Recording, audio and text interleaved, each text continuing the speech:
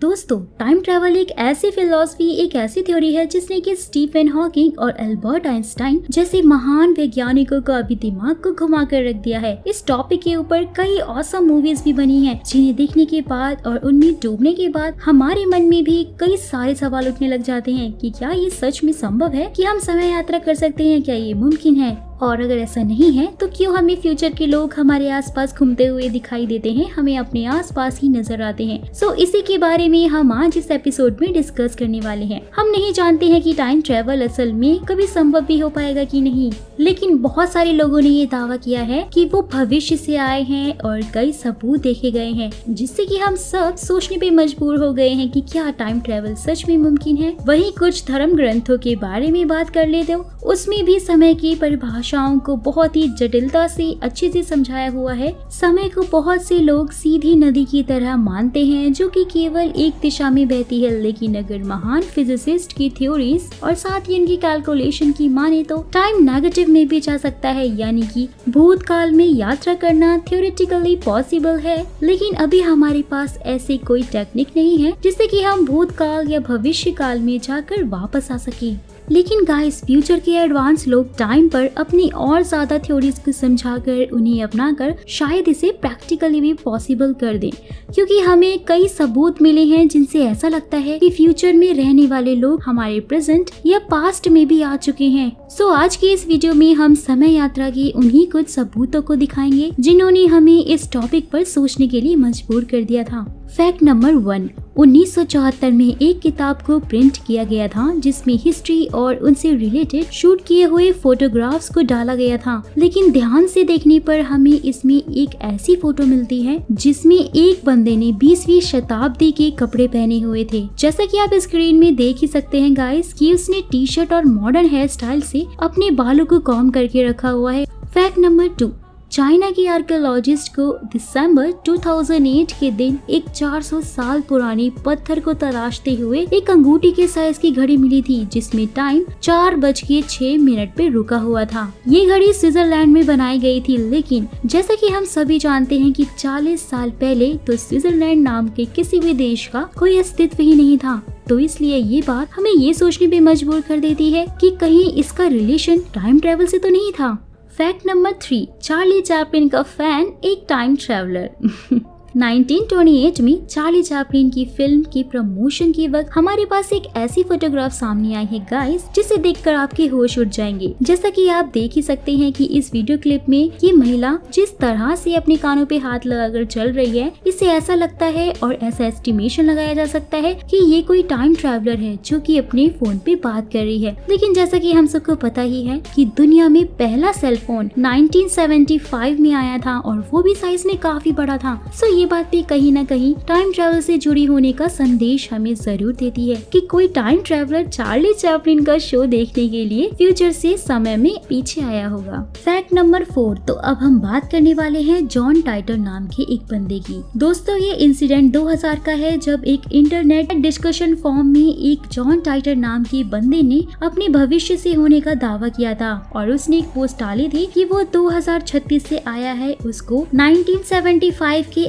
IBM computer लेने थे क्योंकि 2036 में उसकी टीम को इसकी जरूरत थी। लेकिन रास्ते में वो 2000 में भूतकाल की दुनिया देखने के लिए ही वहीं पर रुक गया था और इस पोस्ट को पढ़कर एज यूजुअल किसी ने उस पर भरोसा तो नहीं किया था। साथ ही लोगों ने उससे काफी सारे सबूत भी मांगे थे, जिसके रिप्लाई में उसने अपनी टाइम मशीन के डिजाइन और उसकी पिक्स भी अपलोड की थी, जिसको देखकर सब बहुत ही ज्यादा शॉक हो गए थे। जॉन टाइटर ने ये भी बताया था कि वो 2036 की आर्मी में है और उसके दादाजी IBM में जॉब करते थे। साथ ही IBM कंप्यूटर ही एक ऐसी चीज थी जिससे वो 2036 की कंप्यूटर प्रॉब्लम को सॉल्व कर सकते थे और इसलिए वो टाइम ट्रैवल करके 1975 में गया था। साथ ही उसने भविष्य में होने वाले कई दावे भी किए थे, जिसने हम सबको ये सोचने भी मजबूर कर दिया है कि क्या वो सच में भविष्य से आया है। जैसा कि उसने 2000 में ये भी दावा किया था कि पेरू में एक बहुत ही बड़ा भूकंप आने वाला है और इसके एक साल बाद ही 23 जून 2001 में पेरू में सबसे बड़ा अब तक का भूकंप आया था। जॉन ने ये भी पोस्ट किया था कि स्पेसशिप ओवरहीट प्रॉब्लम को तुम लोगों को जल्द से जल्द सॉल्व कर लेना चाहिए, वरना फ्यूचर में बहुत बड़ी घटनाएं हो सकती हैं। और एक्चुअल में 21 फरवरी 2003 को कोलंबिया स्पेसक्राफ्ट इसी वजह से आसमान में फट गया था। हालांकि उसने काफी सारी ऐसी भी बातें बताई थी जो कि सच साबित नहीं हुई, लेकिन उसकी कही हुई आधी बातें सच होने के पीछे ऐसा लगता है कि टाइम ट्रैवल का जरूर इसमें कोई ना कोई बड़ा हाथ तो है।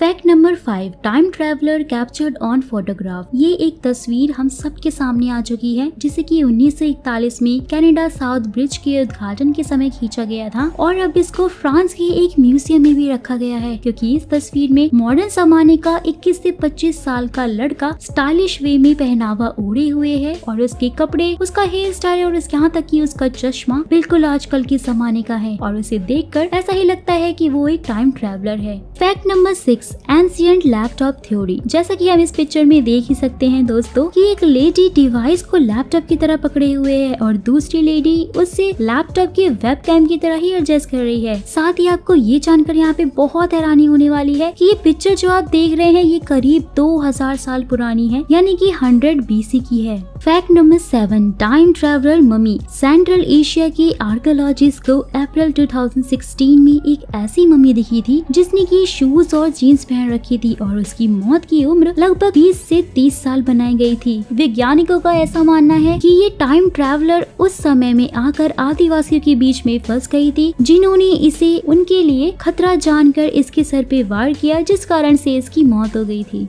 Fact number 8, meeting with own self. ये घटना है 2006 के स्वीडन का, जब एक हार्कार नॉर्डवेस्ट नाम का एक आदमी के घर के पाइप से काफी सारा पानी लीक होने लग गया था और फ्लोर पे पूरा पानी बहता जा रहा था, जिसको ठीक करने के लिए वो जैसे ही अपनी किचन कैबिनेट में गया तो उसने एक अजीब सी चीज नोटिस की। जो पाइप वो ठीक करने की कोशिश कर रहा था वो बहुत छोटी थी लेकिन काफी अंदर तक जा रही थी, जिस बात का उसे पता नहीं था। और जैसे ही वो पाइप के सहारे चलता गया, आगे बढ़ता गया, जहाँ कुछ देर में उसे एक चमकती हुई रोशनी दिखाई दी, जिसको पार करके वो वापस से उस किचन में पहुंच गया था जहां से उसने चलना स्टार्ट किया था। लेकिन जगह सेम होने के बावजूद वक्त सेम नहीं था, क्योंकि वहां पर उसने अपने बूढ़े रूप को देखा था जो कि 70 साल बाद का था, यानी कि वो 70 साल आगे पहुंच गया था। 2042 का साल था वो। या आई नो कि ये कहानी सुनकर अब आप भी सोच रहे होंगे कि ऐसा कैसे हो सकता है, ये थोड़ा मुश्किल होगा पहली बार में अगर आप सुन रहे हैं तो, लेकिन इन तस्वीरों को देखने के बाद आपको भी मेरी तरह इन पर यकीन करना ही होगा, क्योंकि दोस्तों उसने वहाँ पर अपने ही सेल्फ के साथ एक पिक खींची थी, क्योंकि उसे पता था, उसे भरोसा था इस बात का कि उस पे कोई यकीन ही नहीं करेगा, और उसने अपने हाथ का टैटू भी कंपेयर किया था। तो अब आपको शायद इस बात पे थोड़ा बहुत तो भरोसा हो ही गया होगा। Fact number 9, mystery of thief. ये इंसिडेंट है 2006 का, जब एक सीन नाम का चोर लिवरपूल की एक दुकान से चोरी करके भाग रहा था। सिक्योरिटी गार्ड भी उसका पीछा कर रहा था और भागते भागते अचानक से सीन की चेस्ट में दर्द होना शुरू हो जाता है, जिससे कि वो बेहोशी की हालत में ही नीचे बैठ जाता है। लेकिन उसे पकड़े जाने का डर था, इसलिए वो फिर से खड़ा होकर उठकर भागने लगता है और जैसे ही वो देखता है सिक्योरिटी गार्ड वहाँ से गायब हो चुका था। उसके आसपास की रोड भी अजीब तरह से बदल गई थी। लोगों ने अजीब तरह के कपड़े पुराने जमाने के पहन रखे थे, जहाँ पे उसे कुछ समझ नहीं आ रहा था, और वो दौड़कर एक न्यूज़पेपर की शॉप पर जाकर आज की डेट चेक करता है, जिसमें लिखा हुआ था 1967, यानी कि गाइस वो 2000 से सीधा टाइम जंप मारकर किसी तरह से 1967 में पहुंच गया था, जहाँ वो उसी समय में फिर से बेहोश हो गया था, जिसकी वजह से वो वापस से अपने टाइम यानी कि 2006 में आ गया था, जहाँ उसका पीछा कर रहे गार्ड ने भी यही बताया था कि सीन भागते भागते अचानक से गायब हो गया था, और लोगों का ये मानना है कि ये कुछ और नहीं बल्कि टाइम स्लैप ही था।